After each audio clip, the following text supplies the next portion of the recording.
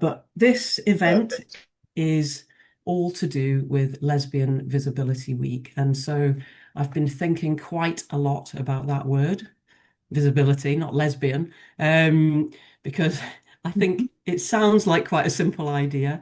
Laura reminded me this week that the reason that the L is at the front of LGBTQ plus, and you might already all know this, but it's because of the role that lesbians played during the AIDS crisis. They stepped forward as caregivers for normally gay men when others wouldn't. So we're right there. We're at the front of the alphabet mafia, and yet lesbians are often invisible still in things like data, in media, in funding, and in leadership roles. And so we're not seeing equal access to opportunity. There aren't very many role models out there, and it can be hard, I think of yourself as somebody who can reach the top, or somebody who can set up a business, or someone who can switch careers or switch into a new sector when you can't see anyone that's like you there already.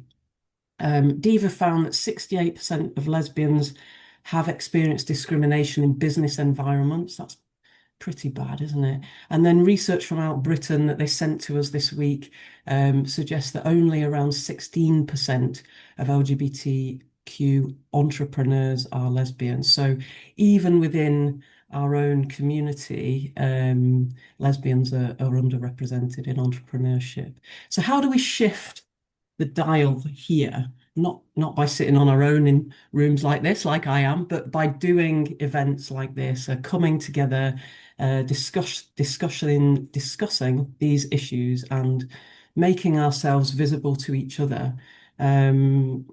We at Pride in Leadership, we often talk about the idea of a gay mafia, and we like the idea of people opening doors for each other and getting people into rooms that they're not in on their own. And I think that that's super important. So if we can leave here today with a sort of mission to help open doors for other lesbians, we should definitely do that. Let's support each other. Let's say each other's names in the rooms that we're not in.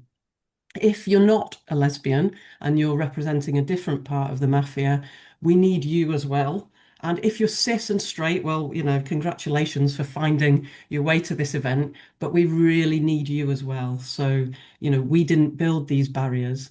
We definitely need support to help knock some of them down. That's enough from me. I'm delighted that we've got a really fabulous panel to speak to you today. This is going to be a great conversation. I'm so excited. We're going to take questions at the end. If you're happy to drop them into the chat as we go, we'll pick them up later, unless it's sort of a comment that I think we should just drop in as we're going. So we're going to start off by asking each of the panelists to introduce themselves. They're going to get about 90 seconds each. Just tell us who you are, what you do, anything from your life or career that you feel is important that we know so that we can understand you. We're going to start with Jax, and then we're going to go to Laura and then Amanda. Jax, can you? Yes, hi. It's Yes. fantastic to be here. Honestly, I'm really nervous, but I'm more excited actually to be here this morning. So, my name's Jax Effiong. My pronouns are she and her, and I'm the Diversity and Inclusion Manager for the Combined Authority in Greater Manchester and our amazing Greater Manchester Fire and Rescue Service. And big up to our TFGM folk on the call today as well. I started my career in youth work, being a lesbian woman of colour from a Catholic family living on a Manchester council estate, and this gave me a deep-rooted understanding of poverty, struggle, unfairness, and discrimination, but with lots of love in the mix from my family. So big up to my mum, amazing sister, and beautiful brother. Growing up, my respite was my local youth club. It was cheap and it was fun. And it grew into a career from there, utilising urban adventure with young people to build lifelong skills for the turbulence, which is adulthood.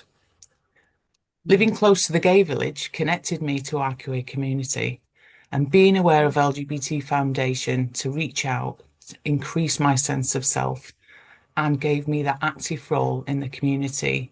Going to uni and joining a Black lesbian women's group in my early 20s had a huge impact on my leadership journey.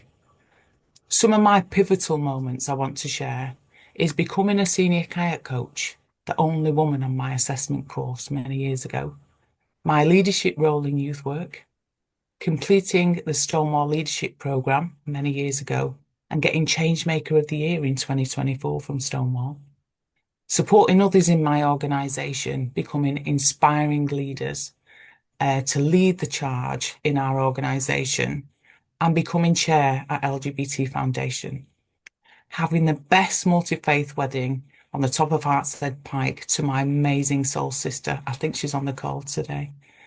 15 years ago that was, and it was the same year that I started my career in the fire service. But last but not least, watching our amazing daughters grow into the strong, kind, independent warriors that they are today. So it's lovely to be here. Thank you. Oh, that was beautiful, Jax. Thank you. What an entrance.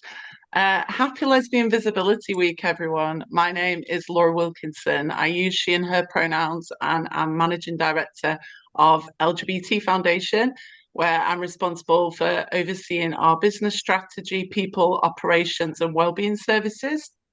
I'm from a working class, loving family, and I grew up in a village about an hour north of Manchester. So grew up in a time when I didn't see myself represented in media. I was at school under Section 28, so I definitely saw and felt that self-censorship. So when I was literally the only gay in the village, or it felt like that, I needed a little bit of help coming out. And when I was 15, I actually rang the LGBT Foundation's helpline with the support of my mum. So it is really a full circle moment to be able to give back to the charity that supported me when I was younger. In my career, I've been lucky enough to work and lead teams across the UK and overseas, and I've had some really good and some really bad experiences. Um, for my own safety, at times I've gone back in the closet for whether that was the kind of laws or culture of the place I was, but particularly in rural South Australia, just for my own safety. So those good and bad experiences have really shaped how I lead today, and have really fueled my passion for creating psychologically safe and inclusive workspaces where people can thrive. Amanda, hello. Hi, how you doing? They were so polished. I'm sat here going, "Oh my God, that was so good." Both of you, that was so good. Hi, everybody. My name's Amanda. Some of you, I'm going to start this off. Some of you will probably know me from the Traitors, and for those of you that didn't watch the Traitors, I'm going to tell you a little bit about me. So, I was a senior detective in the Metropolitan Police. I was a detective chief inspector. I'm retired now. I've been retired 5 years, and for some silly reason, I decided to go on this show, and it's just literally catapulted me into a different life. But growing up, I come from a really big family, and I think I was gay for my whole life, but I just didn't realize. I just didn't know, or I just suppressed it so much. So I joined the police a bit late in life. I was 23, and I sort of ran away to London when I was 17. And that sort of that shaped me. I became very tough, and very an individual, really, trying to look after myself as a young woman in London. That did actually shape my career. But there's a big softie inside me as well. So that mixture made me, a decent sort of leader that people could come to. But when it came to making big decisions, I could switch and make those big decisions. So, a little bit about my career. I got to do some very, very exciting things. I became a detective very early on in my career. Um, I wanted to fit in. Unfortunately, in the 90s, being gay wasn't a great time. And it wasn't everybody, but the small minority that made my life pretty difficult. did have a massive impact. I nearly left the police after about 4 years because I couldn't cope.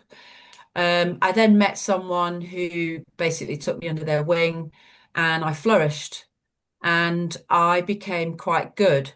I hate talking about myself like this, but it's really important for you to understand how that came about. I got given big jobs, big Gucci jobs. I got promoted, and I couldn't understand why I'd got these jobs. People kept saying to me, it's because you're good. It's because you're good at what you do. Um, so I got these jobs. I had some, I've had a super career. Um, but being a gay woman in the Metropolitan Police was pretty difficult, but I learned to cope with it. Amanda, did being a lesbian shape how you lead, would you say? Um, yes, because in the early years when I did get homophobic abuse, and I have to stress that it was a very tiny minority of people, um, I was sad and I was a bit depressed. So I've been on that journey, so I knew what it felt like. So once I was comfortable with who I was and I had my team, my tribe, I was very emotionally intelligent to other people's Mm. needs, which I think gave me that extra avenue of communication and responsibility. Yeah, we should ask Jax the same question. What do you think, Jax? Did when did or did being a lesbian shape how you lead? You're on mute, Jax.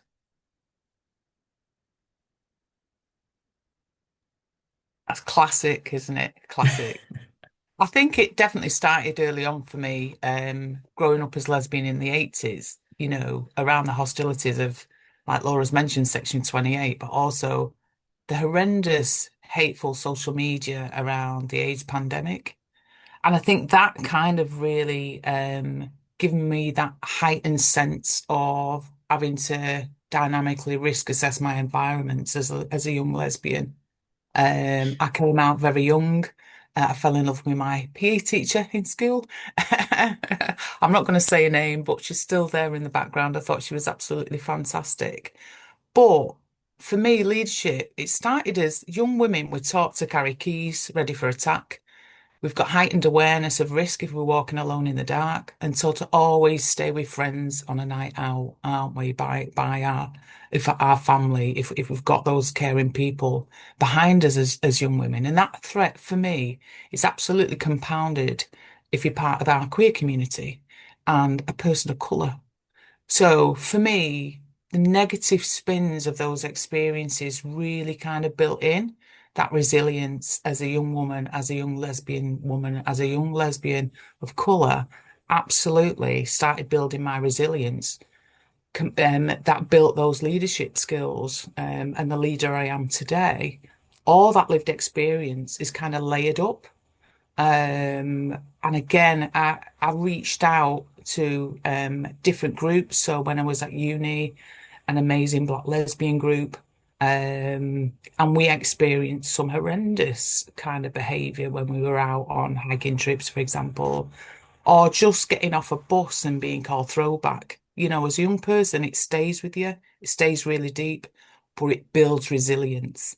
You get upset, but then you get angry. And I think when that then builds into resilience, it's fantastic. I moved on to years ago, I've mentioned the Stonewall empowerment programs, but they really inspired me to connect my lived experience to my approach to leadership. It gave me that time to stop and reflect.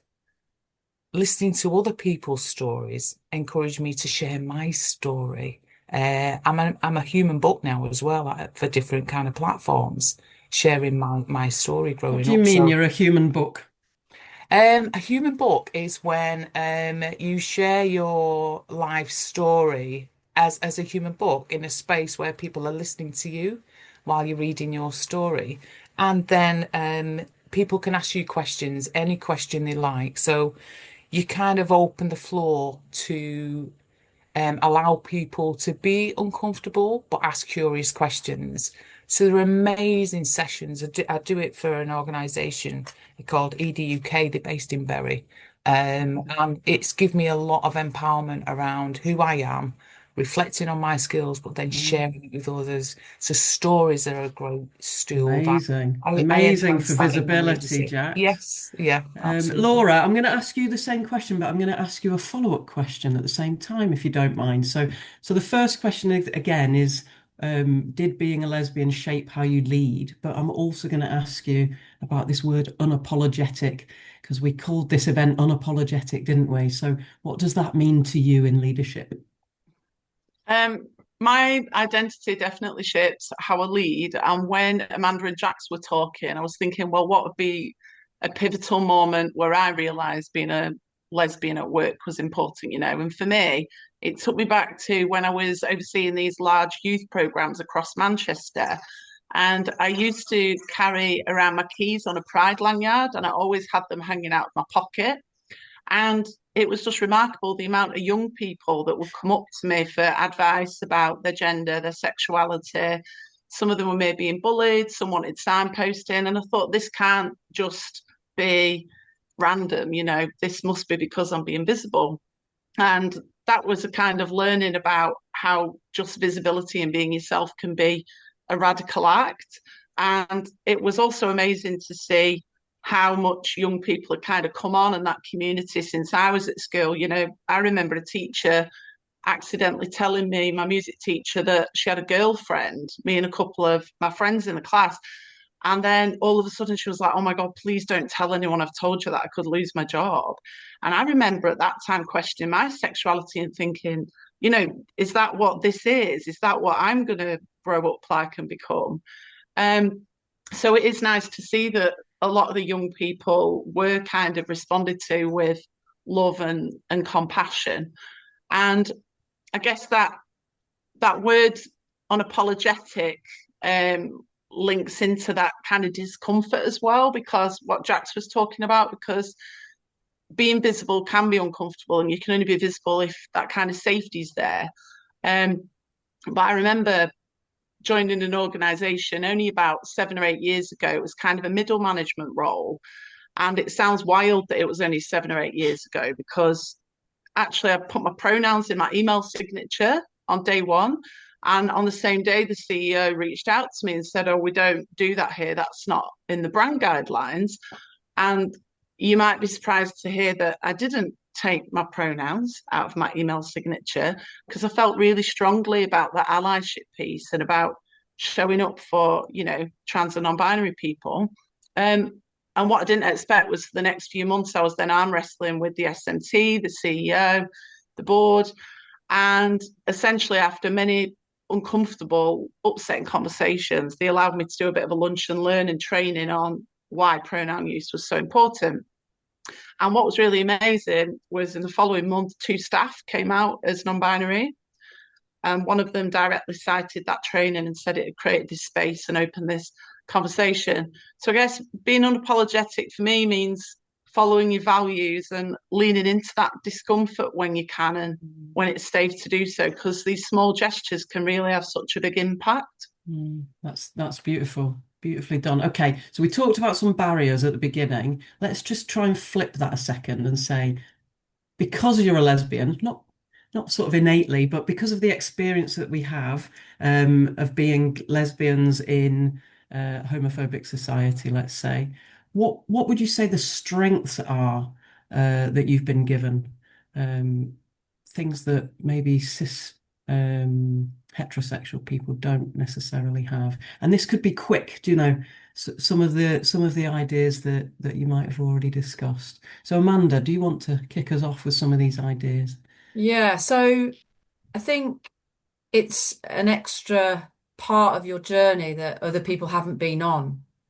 So you get those extremes, people, homophobia is something that you don't forget, especially when you're young.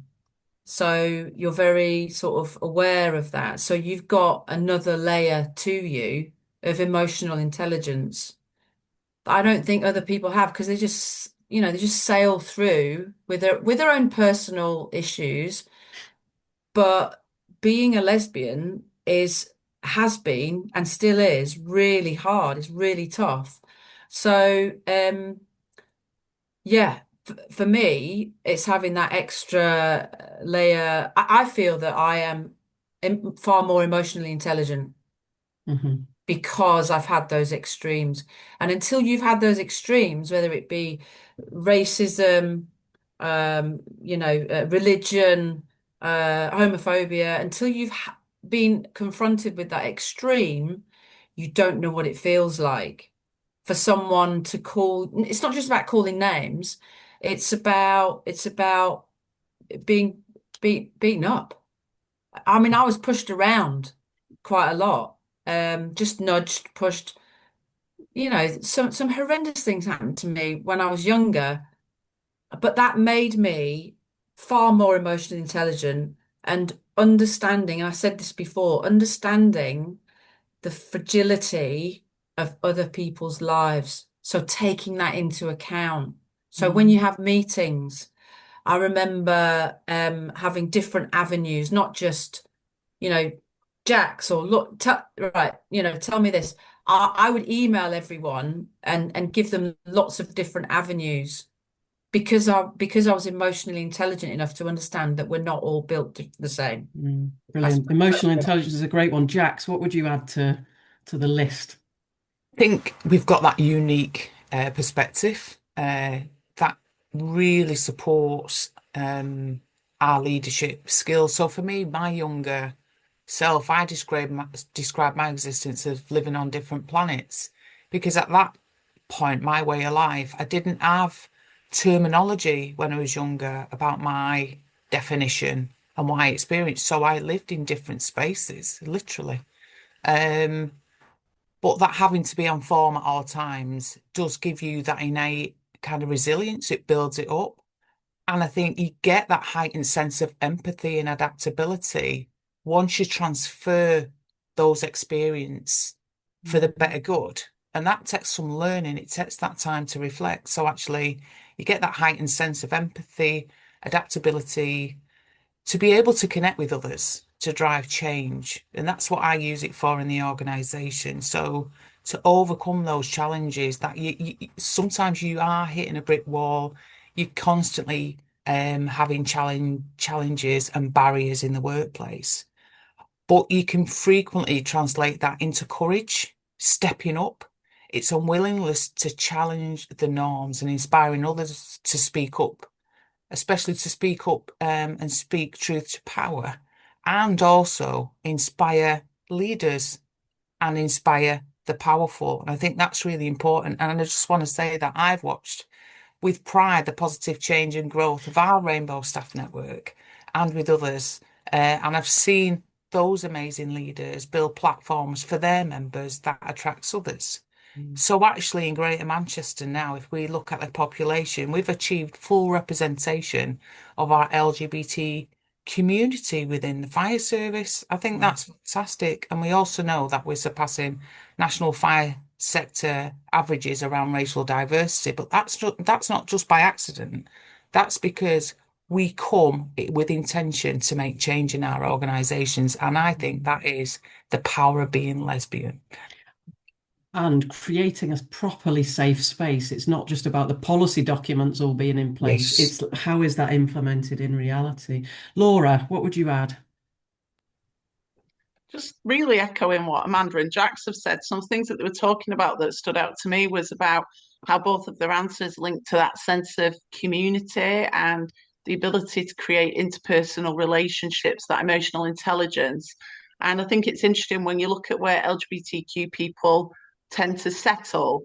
Is it by chance that the lesbian, highest population in the UK is Hebden Bridge, or in Australia, Alice Springs? It's not these big flashy cities, it's these community areas where we need each other and we lean on each other, and that's how we thrive together, which is why I'm loving this combo so much today. Jax, we've talked a little bit about when to be visible and when we hold back. Would you just like to talk to us a little bit about how you make decisions around that? think that sense check for me is you've really got to understand your cultural environment that you're in. You've got to understand that. So you're sense checking when to make decisions to kind of stand tall and to challenge. So for me, initially in this most recent job in the fire service, that code switching was my usual. I wanted to avoid that judgment and rejection. I had to really build up my kind of sense check, that dynamic risk assessment on when to step up. Um, but what I felt was initially that invisibility was erasing my identity. And it became so wearing that I either left the organization or I had to be brave and step up to make change. I loved my job. So I stayed and stepped up to try and influence change. And I think that for me is about authenticity. You know, for me, it's not only possible, it's a necessity. Um, that's who I am. And I recognize my privilege when I say that. It's not always possible for some colleagues to bring their whole selves to work. We absolutely know that. So, like you say, having that safe space in the organization is really, really important. And I think visibility is a conscious choice, you know, that we can have positive and negative effects. So risk assessing the environment is so important. So we need to push, but be aware when to push. You want to take people with you and win hearts and minds. You know, because if you're constantly challenging, it's wearing and it can lead to burnout. And I've experienced the edges of burnout where I've had to really stop and sense check. So you've got to find those allies, you've got to find your tribe in the organization, you've got to pace yourself, you've got to set boundaries. Self-care is so important. But also let's have a bit of fun with this. You know, I you've got to always, take time to mm, breathe as well, you know, and share your ideas with others. I always think for some reason we're quite rare. I suppose it's about visibility again, but lesbians are quite rare, and people have stereotypes about what we might look like, the kinds of things we might say, jobs we might have, all of once you introduce yourself and you become a person they know, you're automatically breaking down some of those barriers that they might have. And I always used to say, just by holding hands in the street and people being able to see you, you might be changing the world in a tiny little way. And so that's, I don't know, it's just quite important, isn't it? Um, Amanda, you and Jax have led in environments that weren't really designed with you in mind. So police force, fire service. Can you talk to us about what that's actually felt like in practice? Yeah, Jax, the thing about the police is it is quite male dominated.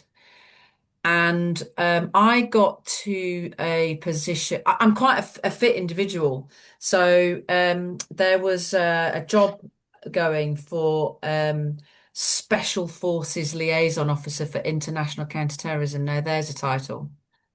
And I passed, I was the only one of that rank that could pass the fitness test. So I got the job.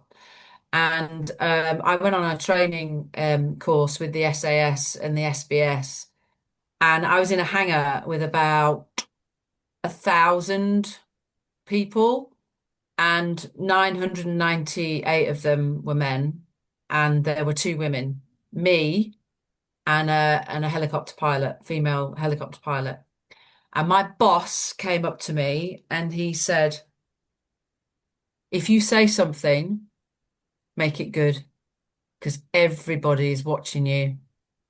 Every single word that you say is going to be micro looked at.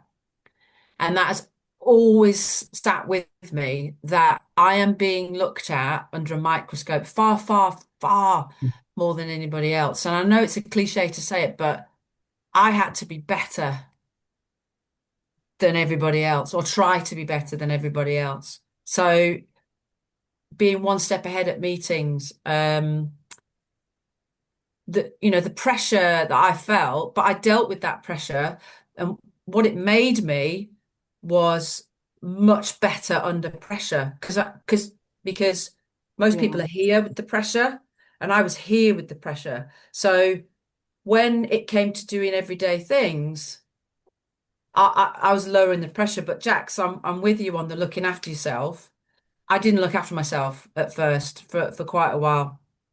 But And it's then, almost like you're being held to a different level of scrutiny. Like yeah, you're having to work twice as hard. People are yeah, wanting to catch you up, and you're almost like cutting your own path rather than walking an already yeah, established one. And that yeah. just must be exhausting doing that day to day. It I was, think yeah, it is, isn't it? Because actually, we've got to navigate those spaces.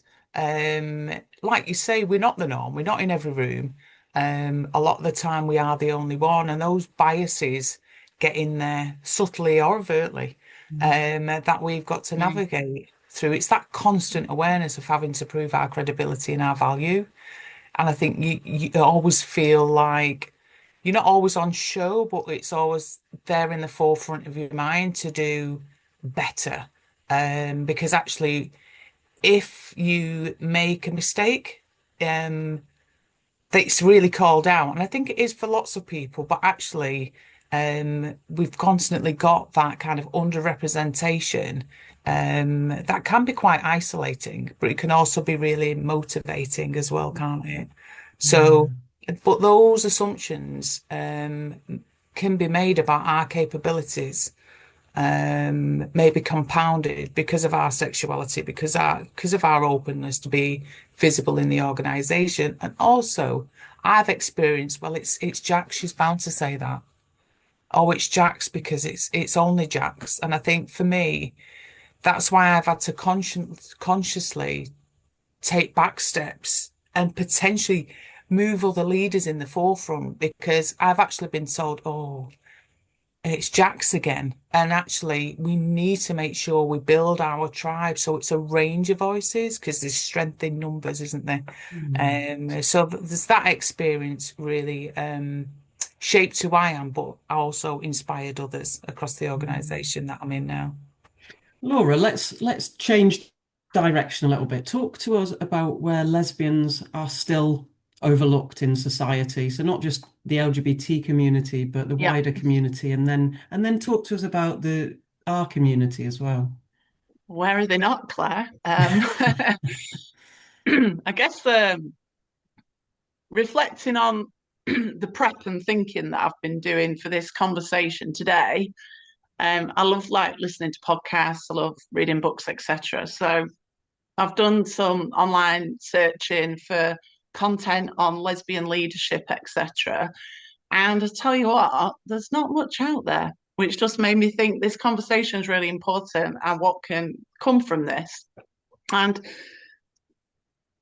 media representation is so important, right? Particularly for people that maybe don't feel safe or can't come out in the home. That might be their only evidence or like only kind of experiences to draw on. And I definitely felt like that as a teenager, watching all the things she said, music video on repeat and Sugar Rush and things like that, all in secret, of course. But it then led me to think about how powerful I Kissed a Girl was, right? The first ever lesbian dating show. It was on the BBC at prime time. And how sad it is that series 2 has just been axed. Some of the conversations on that show last year were about how powerful the word lesbian is. And it definitely led me and my friends to have conversations about, well, that's weird because I call myself a gay woman. I wonder if that's because lesbian was a slur when I was at school. And That's the been kind of, said in the chat here as well, has that it? it's been a Yeah. word that we've kind of dodged, really, haven't we? Anyway, sorry, carry on, Laura. Yeah. No, it's a really good point that you make. But that reflection in the media then gets reflected in real life and in physical spaces. So, how important is it to be able to go to a community space where you feel seen and valued? And the last time they did a count, there was only 3 permanent lesbian bars in the whole of the UK in 2023. And I don't know if you've been to Vanilla in Manchester, but I certainly don't see myself represented there. And it serves, a kind of small group rather than a diverse representation. So something that I'm really passionate about while working at LGBT Foundation is that diverse representation. And we did a beautiful campaign last year called "This is what a woman looks like," and that was just absolutely gorgeous to see that representation. And we had a lot of comments and stories come through. But I see it day to day in the health settings that we work in as well. You know, we know that LGBTQ people have poor health outcomes, and we know that especially queer women have disproportionate outcomes as well. So one of my friends, she was told she didn't need to go for a smear test because she was a lesbian. How damaging is that? So that's why we talk about the need to champion sexual orientation monitoring in the NHS. We're currently not counted, currently not monitored. So, you know, I think we're overlooked in a lot of spaces, but we have come a long way. And until kind of systems are designed with us, we are going to have to work twice as hard, like Amanda said. So that's why I think, you know, by sharing our stories, we can influence change together. Yeah, nice. Nicely said. Can I just add to that as well? Because for me, just something about menopause as well. So I live with a fantastic woman who's my wife, and actually we've both gone through that menopause journey together. And, you know, from one day to another, the challenges are so different. And sometimes it really brings us close together. But actually, there's that thing about growing old and menopause and how it changes us, but the battles as well. So, but also the strength you can get going through menopause together. And I think it's something that I don't often see spaces where we talk about that, you know, women living together, going through the stages of menstrual cycles or menopause together, because it's hell on earth, isn't it? But actually, you've got someone you can lean into and go, it's not just me with brain fog. It's not just me going through bone fatigue and pain or whatever the emotional is, irrational stuff. You can lean on somebody else. You can have different experiences, but living in the same household, I think for me really got me through my menopause stage. Just got to add that because it Gosh. is about health and well-being. Thanks. But we don't Body, often hear menopause. those positive stories, No. do we? And there's real power in sharing those. One of our campaigns this summer is going to be all about kind of queer joy and actually sharing those and what actually a normal family looks like for someone who's LGBTQ is really powerful. Yeah. Lovely. Nicely done. Let's talk about leadership, shall we? What would you say? We'll go to you, Amanda, because you haven't spoken for a little while first. What would you say is the one thing you've learned about leadership that you wish you'd known earlier? Cool. Um, to be yourself, don't try and be what you think people want you to be, or so being I'm very comfortable being a gay woman now. I wasn't at first. I am now. The one thing I would say is be yourself, be authentic, and trust the people around you. That's more than one thing, but anyway. Yeah. It's one thing with a few commas. It's perfect. Yeah. Jax, what do you think? I think for me, I've got a few as well, but I'll be quick because I think it's so important. This, so for me, it's like don't waste your time and energy on the saboteurs because they can just sap your energy. Spend it on those people who are curious, who actually you've got the potential for them to be your allies. I think that's really important. And remember, you don't have to be perfect. Perfect gets the way in the good, gets in the way of being good, and be okay with being uncomfortable. Like I've gone through phases of being uncomfortable during this conversation. It's okay. It's about showing up. It's about being visible and it's about sharing and learning from others constantly. So I've learned that through my leadership journey. Amazing. Laura, what do you think? I was just thinking about the idea of showing up and trusting your gut and backing yourself. So, you know, the idea that you've got this intuition, and if something feels off, it probably is. But how you need safety and community in place to be able to do that. So, actually, finding your allies, finding your people that will back you and support you can make you stand a little bit taller and know that you're not alone in that room when you're having that conversation and you are able to lean in to make change. I think, you know, as queers, we've got a very good instinct for injustice, and it's really important, even in the moment, if you don't know how to call it out, just questioning it rather and like talking about the impact rather than the intent. That's nice. I like that. Do we have any questions? If you have any questions that you would like to ask into the chat, we can take them. If you're courageous enough to come onto camera and ask your question, then we'd welcome that as well. It doesn't just have to be our voices. So we've got a question for you from Anna Wesley. Do you see further progression despite difficult times? Who would like to take that first? Laura, maybe?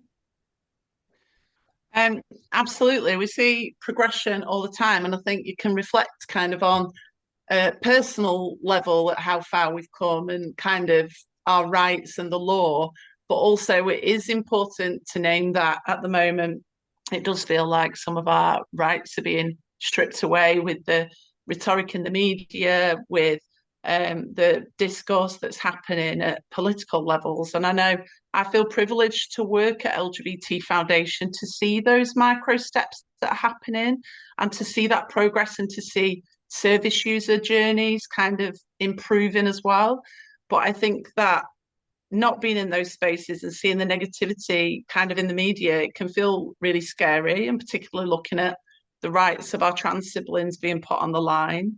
They'll be after us next, and we do need to all kind of stand together, don't we? So yeah, a bit of a negative answer from me in kind of two parts, but it's important to talk about the realities to know where we've got to go next. My take home is always that we've got more in common and that we're stronger when we're together.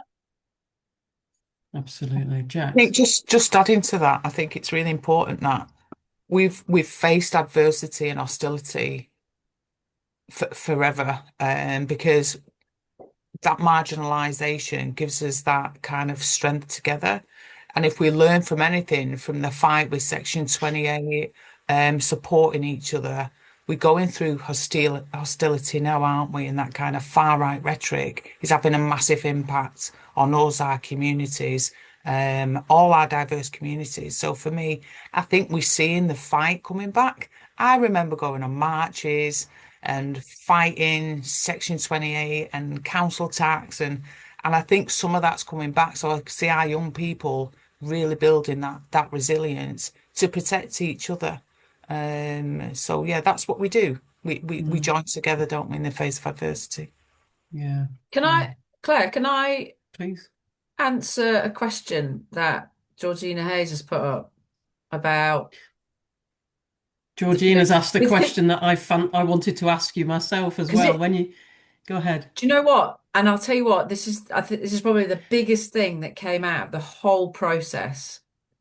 When I said what I said at the round table, when I said, you silly people, I'm a lesbian, I got a lot of memes on social media afterwards, and taking the mickey out of me, saying, "Oh my God, if you didn't know she was a lesbian, come on," which is fine, absolutely fine. But I did not anticipate. So I didn't realize what a big moment it was until obviously it came on TV. I said it so nonchalantly because I have a lovely life. I've got a wonderful wife. I have a lovely day-to-day life. But the amount of people that DM'd me on social media saying, "You don't know what you've done. You really lifted my spirits." A lot of youngsters, a lot of young boys and girls, who basically said, you have brought the word to yourself, in front of millions and millions of people, and it is making a difference, and it has made a difference. And I still, today, I can walk into town now and someone will say, "Thank you."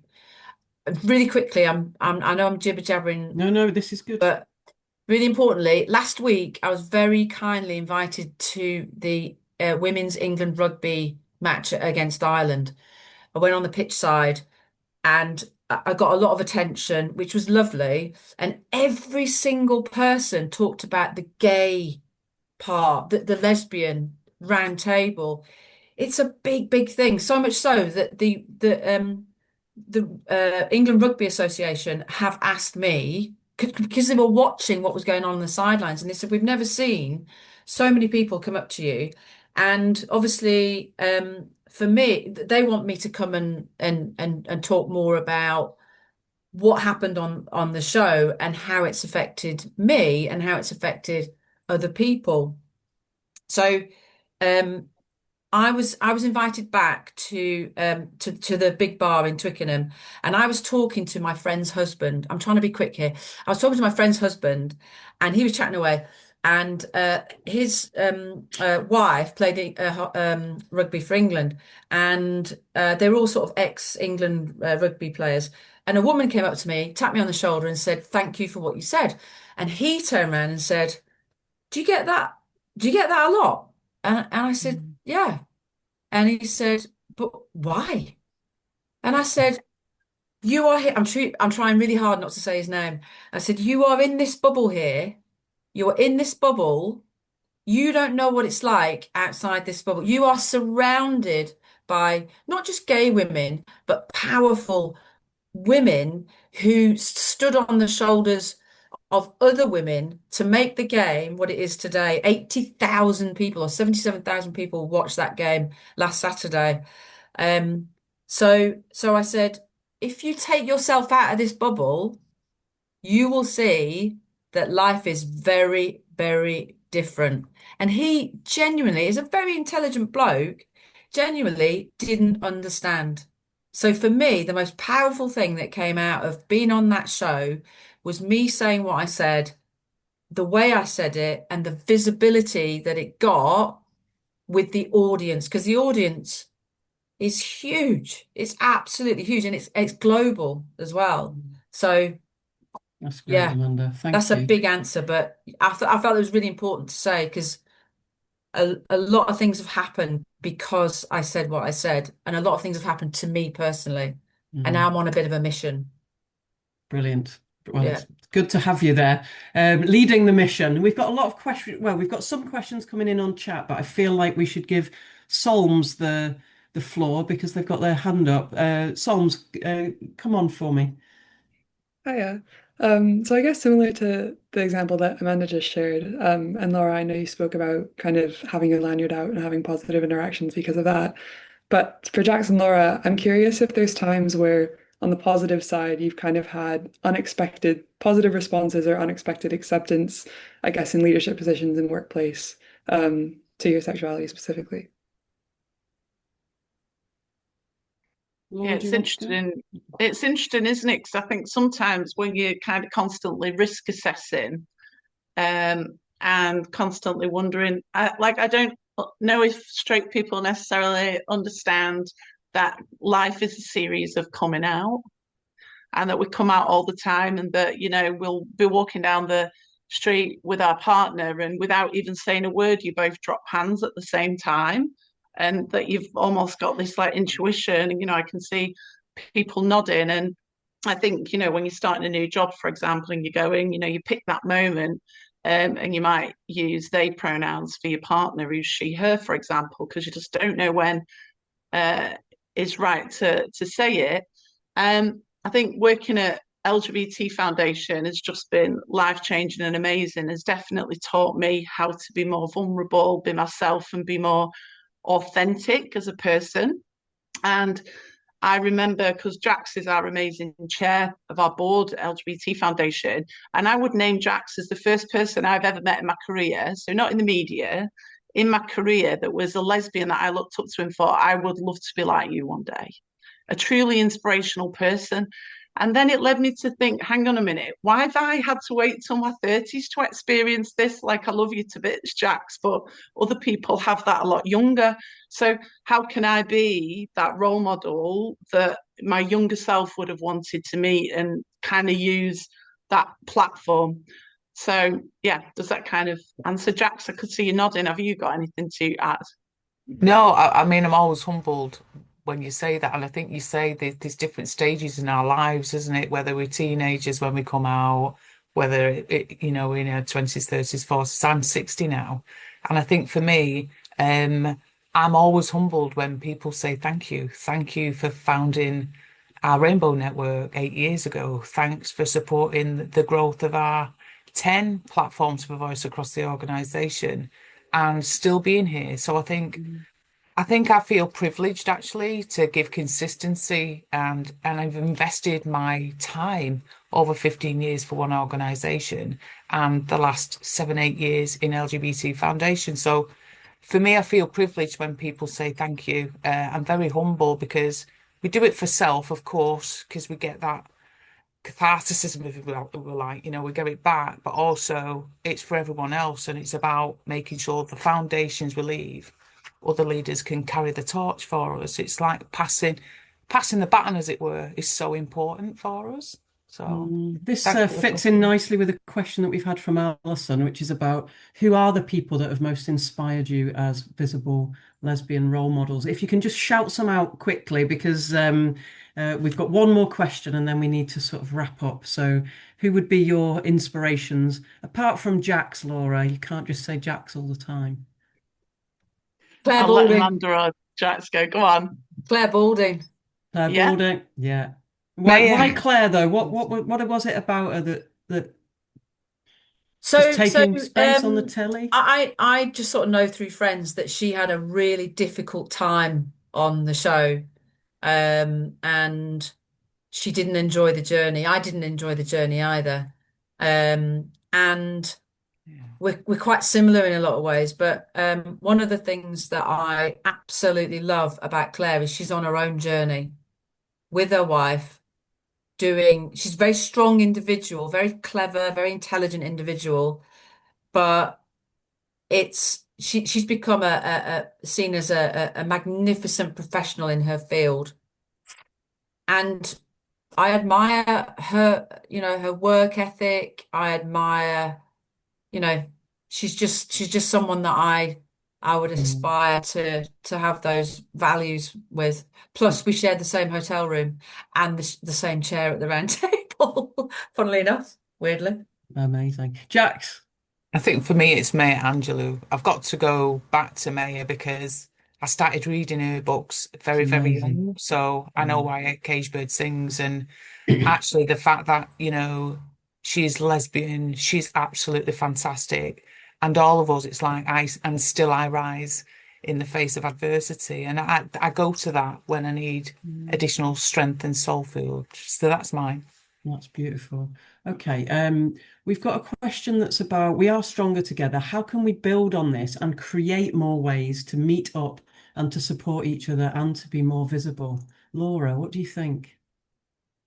I'm thinking about how great Pride and Leadership is. I'm thinking about other ways to get involved with our work and how we can continue this conversation today. But I definitely say, yeah, come along to a Pride and Leadership event, meet kind of other leaders, and definitely the annual conference in November is a good way to meet other people. I find that at those events, we find that you might be the only LGBTQ person at work, and you want to find that strength to stand together, or you might be looking to start a staff network. At LGBT Foundation, we support staff networks as one of our programs. So yeah, it's that finding that togetherness in whatever spaces you're in. If everybody's really happy to be visible, I would just like us to do a little scene here. So if you're happy to come onto camera still, I'm going to take a picture of as many people who are willing to have their picture taken. So come on, if you go over 2 screens, I'm going to take 2 screens. So right, everybody smile. Okay. Right, we've got you. And I'm just going to take that again. So save there. I'm going to go on to the next screen and do that as well. Matt, are you taking pictures? Are you able to do this? Because I'm making a cock up of it. Okay, you ready? Right, we're going to do a post that's about visibility afterwards, and we've all been visible, so that's excellent. Right, just to let you know, I'll send you an email with loads of links on. There'll be links to all the Pride and Leadership things that I mentioned at the beginning. There'll be links to things that the LGBT Foundation are doing as well, all the important stuff that's come out. So you don't have to sort of work it out yourself. That'll come out in an email from me later on today. I will do a post later as well from Pride in Leadership. So if you go on and like it and all that kind of stuff, that would be really good for visibility. But I don't want to end this with me talking. So what I'm going to do is go back to our team here, and I'm going to say, what is the one message you want people to leave here with today? So we're going to start with you, Amanda. Be kind to everybody. And I know that is cliche, but you can't go anywhere. People can't go anywhere if you're kind to them. If they're not being kind to you, just be yourself and be kind. Perfect. Jax, what do you think?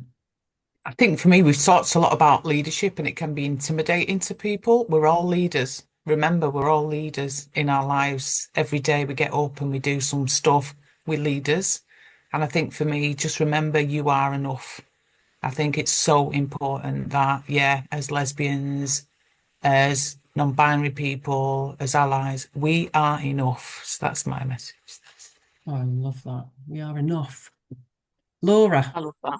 Yeah, be yourself and find ways to like open doors for others and lift each other's up and stay hydrated.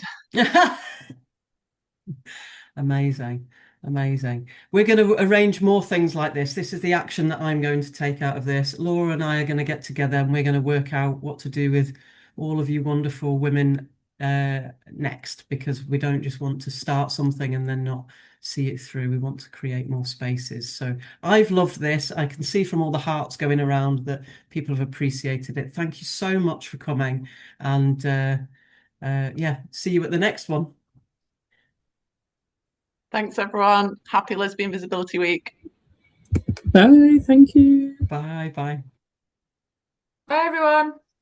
Bye. Bye.